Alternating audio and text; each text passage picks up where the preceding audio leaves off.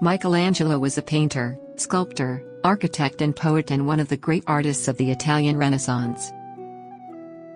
Michelangelo Buonarroti was born on March 6, 1475 in Caprese near Florence, Italy, where his father was the local magistrate. A few weeks after his birth, the family moved to Florence.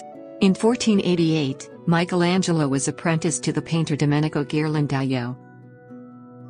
He then lived in the household of Lorenzo de Medici, the leading patron of the arts in Florence.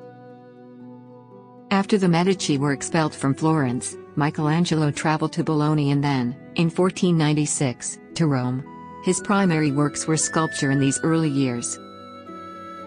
His Pietà, 1497, made his name and he returned to Florence a famous sculptor.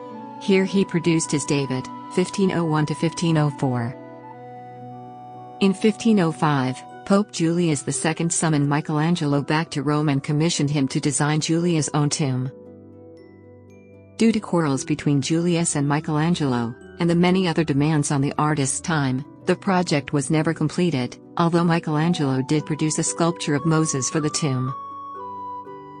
Michelangelo's next major commission was the ceiling of the Sistine Chapel in the Vatican, 1508–1512. It was recognized at once as a great work of art, and from then on Michelangelo was regarded as Italy's greatest living artist.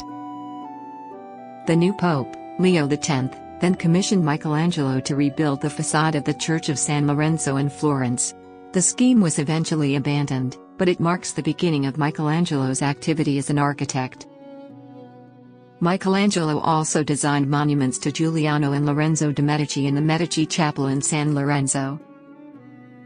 In 1534, Michelangelo returned to Rome where he was commissioned to paint the Last Judgement on the altar wall of the Sistine Chapel, 1537–1541.